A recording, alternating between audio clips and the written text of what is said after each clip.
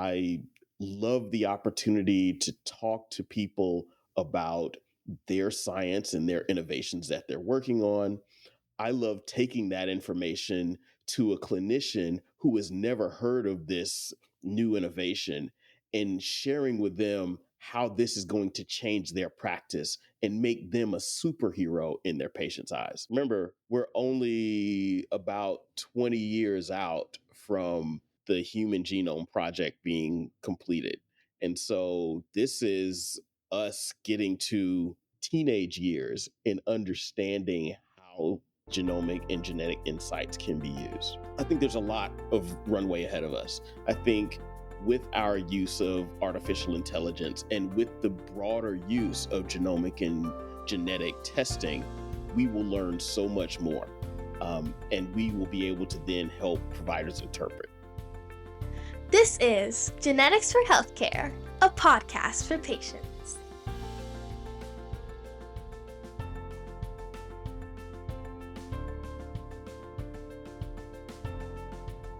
Welcome to Genetics for Healthcare, podcast dedicated for patients and their caregivers to advocate for a precision medicine approach to their care, which includes disease screening, prevention, treatment, and survivorship. You can find us at genetics4healthcare.com, and from there you can connect to all of our social media platforms.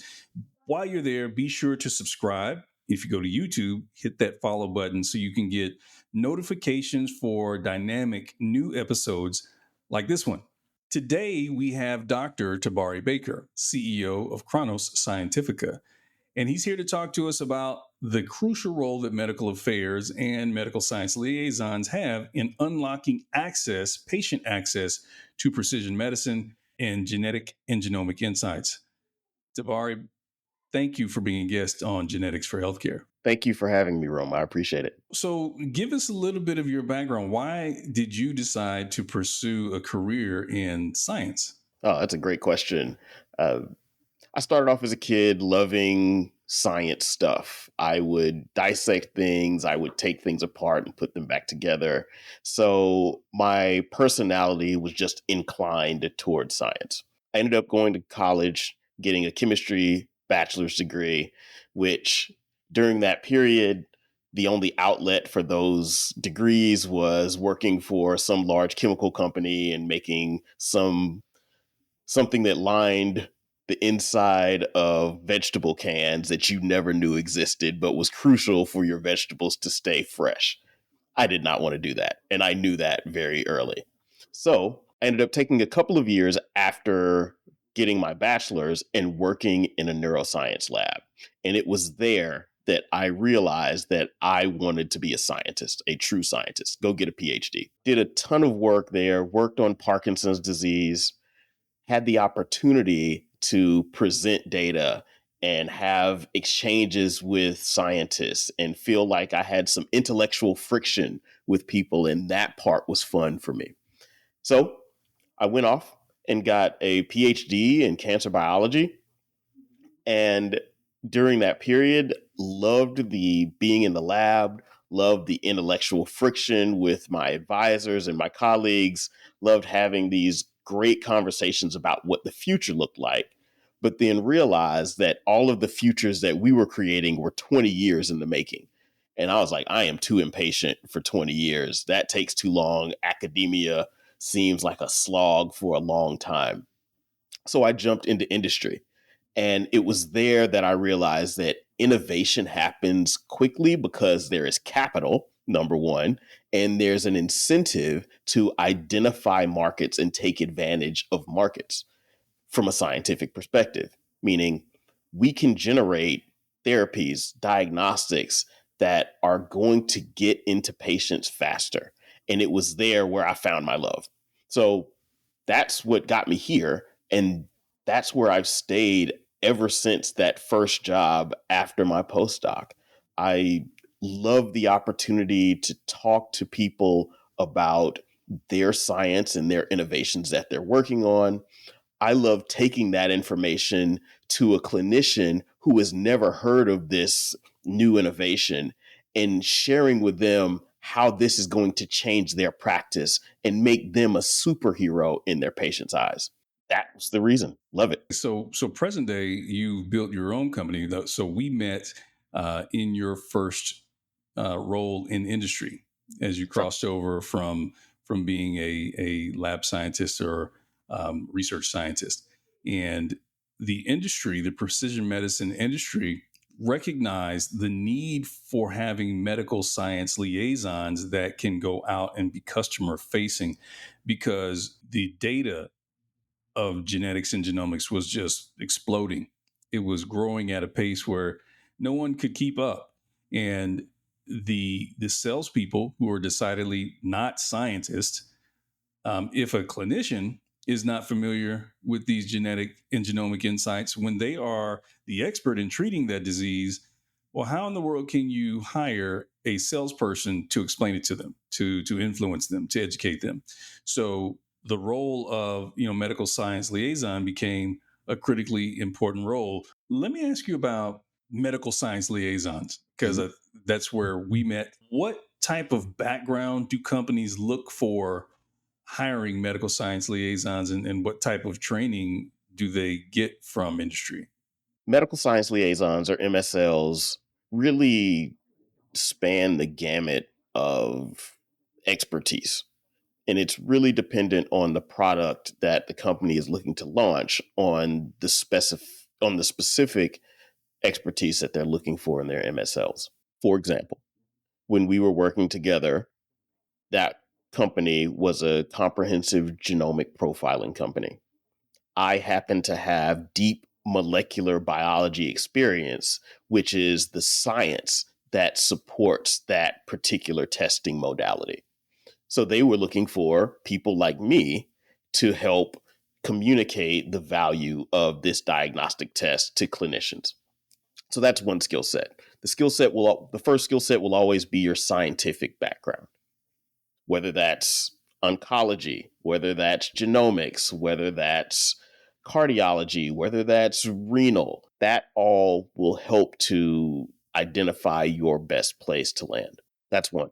Two, and this one is not necessarily going to be found on any job description, but it is the ability to connect with people. MSLs, and the best MSLs, in my opinion, not only understand the science and can deeply talk about any publications that support the science, but they can communicate the science in a way that is digestible in a quick and manageable way for a clinician who has 7 minutes to talk to you, right? So no one needs a dissertation. What they need is the crib notes first. Later, you may need to get into that dissertation status and have that conversation. But the first part is to be scientifically credible, but then also able to have that relationship and communication management. The importance of and the deployment of medical science liaisons has certainly grown in this era of next generation sequencing, because we're learning more about our our biological systems, the gene genetic pathways, both from an inherited standpoint and those that spontaneously happen over the course of a lifetime. What role do MSLs play in building and maintaining relationships with key opinion leaders and customers? Like, because we talked about that slippery slope, but we really do need MSLs in a number of different capacities. I mean, historically, if you look at the relationship between commercial teams and medical affairs organizations in the majority of the biotech industry, there's a huge wall between the two. Commercial teams are out to go out and build relationships and complete the sales process, while medical affairs and our MSLs are really out to be what we called fair and balanced. So we're not product specific necessarily, but we understand the full landscape of the science and the clinical data around the product. And so the conversations that we're asked to have with those clinicians are not going to just point towards the product that the company is selling, but it's going to give them that full overview of all of the data that exists, allowing the clinician to make the best decision for their patients. That relationship has now evolved to where commercial and medical are really working closely together, understanding the guardrails that are necessary due to ethical and guideline requirements, but also from a strategic perspective, understanding that helping clinicians know more is going to eventually be valuable for the commercial enterprise as a whole. You mentioned the tension between sales and medical affairs, right? And that's historic, and in this era of precision medicine, especially as it grows into other disease states, it's just increasingly important. But how do MSLs kind of navigate that tension to ensure that there's scientific integrity while still aligning with the business objectives of the organization? Because a commercial entity, it's all about driving it to hit a number. That's right. And the good thing is that MSLs and medical affairs aren't necessarily metriced on their numbers, meaning sales numbers, but we are metriced on education numbers, which is our job at the end of the day. So, for example, if you as Rome, the salesperson who is communicating to clinicians about a comprehensive genomic profile test, goes out and says, hey, I need help from my MSL team. And Dr. Tabari Baker, your local MSL, shows up and has a great communication and continues that relationship.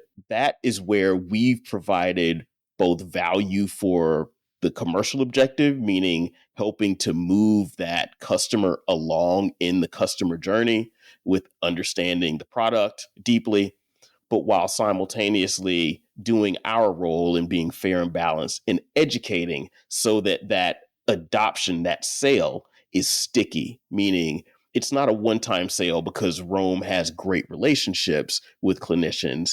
It's a sticky sale because Rome and Tabari together are educating this clinician and helping him become that superhero for his patient population. I've got a perspective on that, and I'm speaking now to CMOs. I'm speaking to CCOs, CEOs out there that are leading these organizations.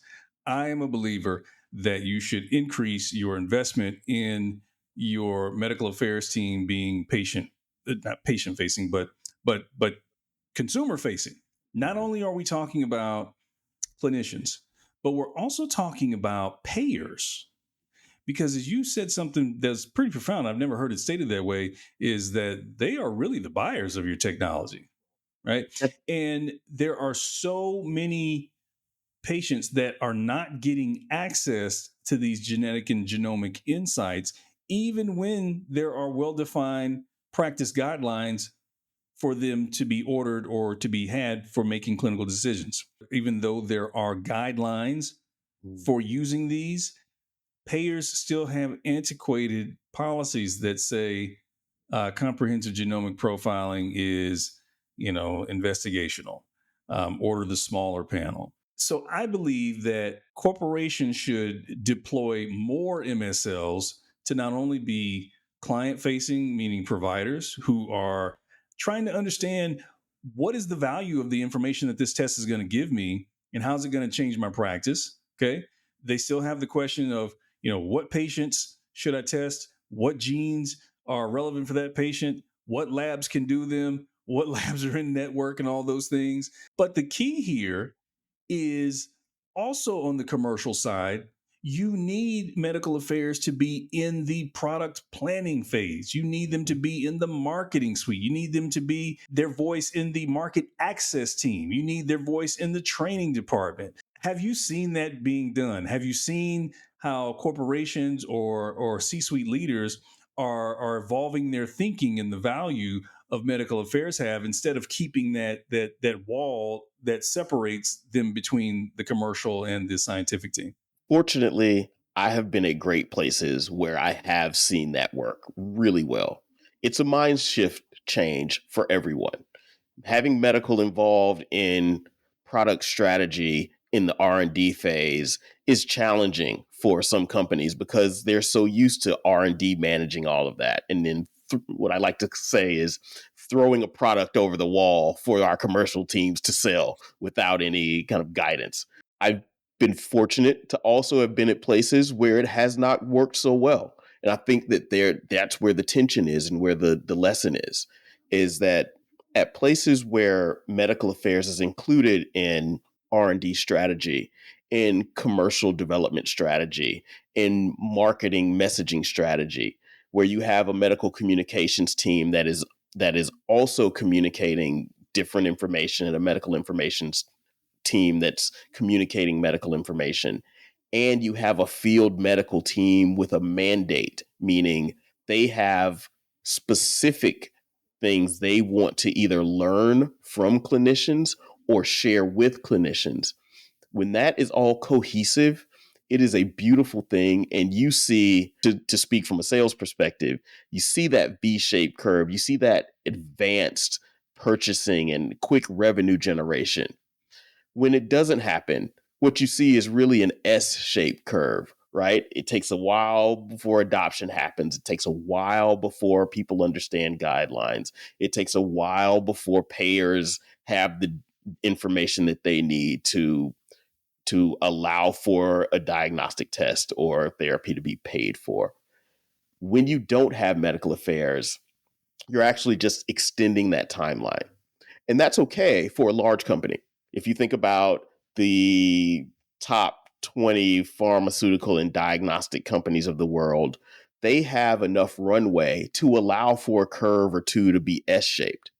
But when you think about where innovation happens, the innovation truly happens in the small, the early to mid-sized companies. They don't have that runway for an S curve. They need a V, right? They need to get to the bottom very quickly and then get as high as they can on that profit and loss curve as quickly as they can. And so it's there where I think that there's a huge value for medical affairs, or at least medical affairs strategy. I think if you're thinking about the larger companies, though, they would love to see a V curve too, right at the end of the day. They would love to have market access already working on their payer dossier for a particular test or drug before your launch or just right at launch. That's where I've seen the most effective medical affairs teams involved. Yep, A I heard the dog dog coming in shake. here. It's all right. Hey, Cyrus, come here. Nope. No, you want to be on the podcast? No. Nope. No. Cyrus, we're looking. You can't hear me. So, yeah, precision medicine, the use of genetic and genomic insights are expanding outside of oncology, where you and I have a background, into cardiology, neonatal neurology, pharmacy, and obviously rare disease.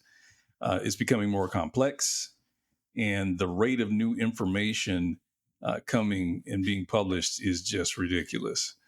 How are companies keeping up with this information? How do medical affairs companies keep up with this information? And how do you work with commercial teams to make sure that these insights are able to make it into practice?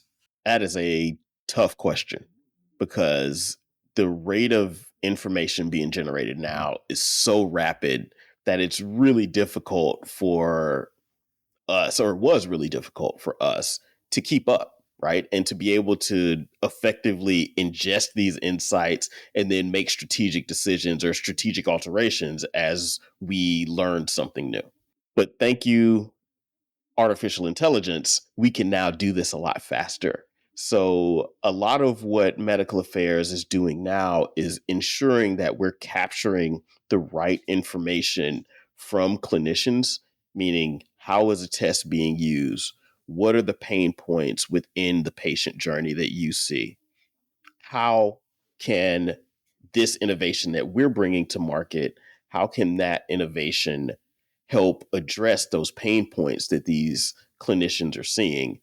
And then how can we make sure that these genomic and genetic insights are delivered quickly to you so that you can make substantial change for that patient and their outcomes? We're learning today how to ingest that information quickly. We are focusing now as a medical affairs field on how we help clinicians understand genetic and genomic testing and its best use. Remember, we're only about 20 years out from the Human Genome Project being completed. And so this is us getting to teenage years and understanding how genomic and genetic insights can be used. I think there's a lot of runway ahead of us. I think with our use of artificial intelligence and with the broader use of genomic and genetic testing, we will learn so much more. And we will be able to then help providers interpret. What I have done and in my career is I keep my finger on the pulse of every publication that comes out within the genomic and genetic testing space. I have a running feed that gives me a podcast every day, if I'd like, on what newly has been published. That helps me stay close to the ground and helps me keep my kind of ear to the streets and understanding what is happening in the space and where things are moving towards. I offer that others should do the same. The breadth of information is always going to be overwhelming because we move so fast now as humans in generating this data. I think the key now is going to be able to translate the appropriate data quickly and then share that effectively to clinicians. One of the things you just mentioned that just sparked something in my mind, clinical trials with the reduced funding. I just had a podcast guest, Dr. Robert Green, who is the director of the Genomes to People program at Harvard University and the BabySeq program as well. Okay. And he said we're really in jeopardy because with the reduced funding means less clinical trials, but also less trial sites, right? Which we're already challenged with getting patients to enroll in clinical trials. How can MSLs, as representatives of industry, help? I don't know if it's improved, but just maintain the momentum that we've got to continue the clinical trials and innovation. And as another aside, is there a way for them to accelerate that given the limitations that we're facing? One of the most challenging things in the clinical landscape is getting a clinical trial done because there's so many moving parts. It is so costly from both the site perspective and from the sponsor perspective. If you imagine every patient within a clinical trial has a dollar sign associated with them. And on average, the cost per patient for a clinical trial is somewhere between $2,500 and $7,000 per patient, all once again depending on the trial. And so the loss of funding, particularly on the academic side, is really, really challenging. And I'll talk about both the academic side and then the sponsor side, if that's okay. Uh, on the academic side, clinical trials require nursing corps that has experience collecting data for clinical trials. They typically require a administration team that helps to manage the local running of that clinical trial. They typically require a clinical scientist that has experience running clinical trials and is also a clinician. So part of their salary may be quote academic and not necessarily based on patient care. Okay. So all of those costs are part of the research of a particular organization, institution. With reductions in research dollars, some of those positions have to be let go, right? Which means that there cannot be an effective clinical trial run in that particular site. So that's how dollars and the reduction in dollars is affecting the academic side. Let's flip over to the sponsor side. If the academic institution cannot do the things that they would need to do to make sure that the clinical trial site can effectively complete the trial because they've lost headcount, then the sponsor will need to somehow pay for that as well as part of that clinical trial to help support that trial. The challenge with that is that budgets on the commercial side are being reduced as well. Biotech, the revenue is not growing as fast as we would have expected. So there's less dollars being positioned for clinical trials.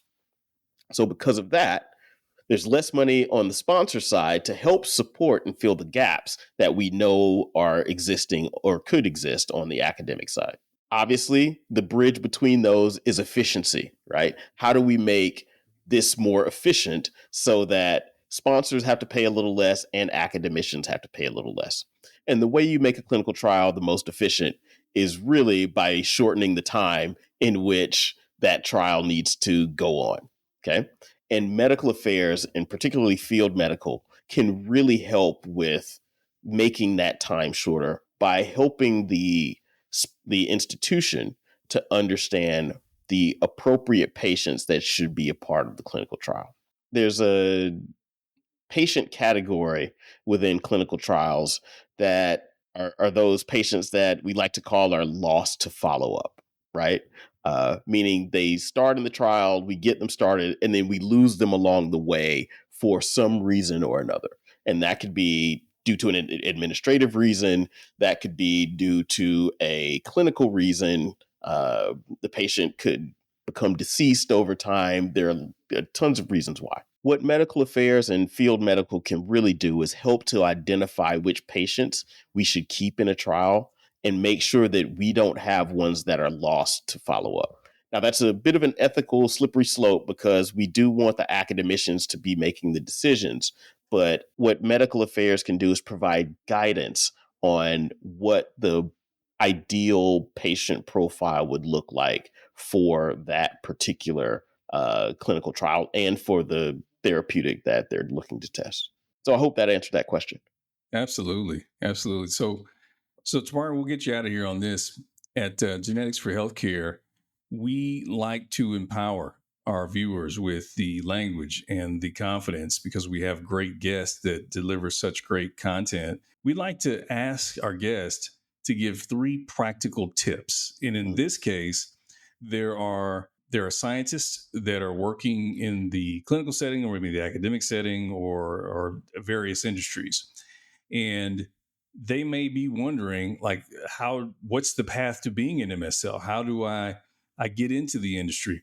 What are 3 practical tips that you would give those folks watching now to transition into this role of a medical science liaison in the healthcare industry? Yeah, that's a great question. I think there are really 3 things that you can do today if you are interested in becoming a medical science liaison.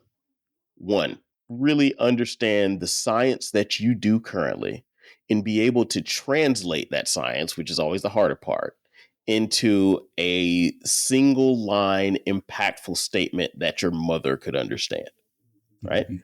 That was the first thing I had to learn to do. My dissertation title, I'm going to give you a little bit of it, was microRNA 125A 5P and microRNA 27B 3P and their role in fibroblast growth factor binding protein degradation via an anti-retinoic acid mechanism. The title is a page. I watched your eyes glaze over in the first 3 seconds, right? What does that? It doesn't help anything, right? What you have to be able to do is take that and then translate that into this statement. Mom, you know how tumors need to grow? No, they need blood vessels. My research stops those blood vessels from growing into tumors, thereby making Beautiful. tumors smaller. Beautiful. Being able to translate your science into a simple statement is step number 1. Step number 2, it's networking and honest networking, not networking via LinkedIn, just hey and connect, but it's really getting to know companies, therapies, and your interest in communicating the value of that company and that therapy to patients. The reason I ended up with my first role, the role that Rome and I worked closely together in, is because I believed in genomic testing, full stop. And I could communicate that I believed in genomic testing. And my background said that I had the understanding to be able to communicate that. I got that role because of a clinician that I knew from graduate school, because he knew that I was also interested in genomic testing, right? So honest, genuine networking, sharing what you know, sharing what you're passionate about, that is reflected in every person that I've ever hired. I look for passion first, and because I can teach you the skills that you need to be an MSL. What I cannot do is give you the mindset that's required, and that passion is absolutely required. The second thing is networking. The third thing, and this is not an exhaustive list, by the way, so there may be 30 other things that I'm leaving out, but the third thing, and the thing that I think is just as equally as important as those other two, is being able to be resilient, because it's going to take you a while. It took me 8 months to get my first MSL role. Doing step 1 and step 2, that will get you there and that'll keep you in the game. But it's going to take the right role to match to you and meet you. And that's going to take some resilience. But those 3 things, being able to communicate your science effectively, being able to network, and continuing to be resilient as your job comes to meet you, are going to serve you well, not just in getting this role, but in any other medical affairs role that you look to get. Dr. Tabari Baker, CEO, Chronos Scientifica. Quick question before you leave. So what's tougher? What was tougher?